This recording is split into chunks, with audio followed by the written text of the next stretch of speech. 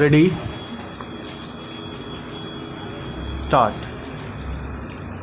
I have listened attentively and with respect to many of the speeches made here, and sometimes I have felt as if I was being buffeted by the ice winds of the Cold War. Coming from a warm country, I have shivered occasionally at these cold blasts. Speaking here in this assembly chamber, an old memory comes back to me. In the fateful summer of 1938, I was a visitor at a meeting of the League of Nations in Geneva. Hitler was advancing then and holding out threats of war.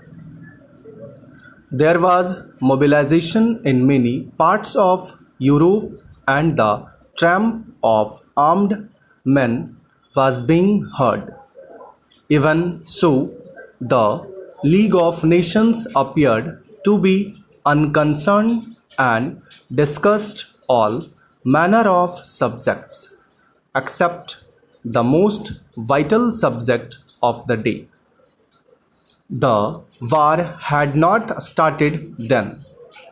A year later, it descended upon the world with all its thunder and destructive fury. After many years of carnage, the war ended and a new age was ushered in by the terrible experience of Hiroshima and Nagasaki. Fresh from these horrors, the minds of men turned off thoughts of peace, and there was a passionate desire to put an end to war itself. The United Nations took birth on a note of high idealism embodied in the noble burden of the character. But there was also a realization of the state of the post-war world as it was. Therefore, provision was made in the structure of the organization to balance certain conflicting urges.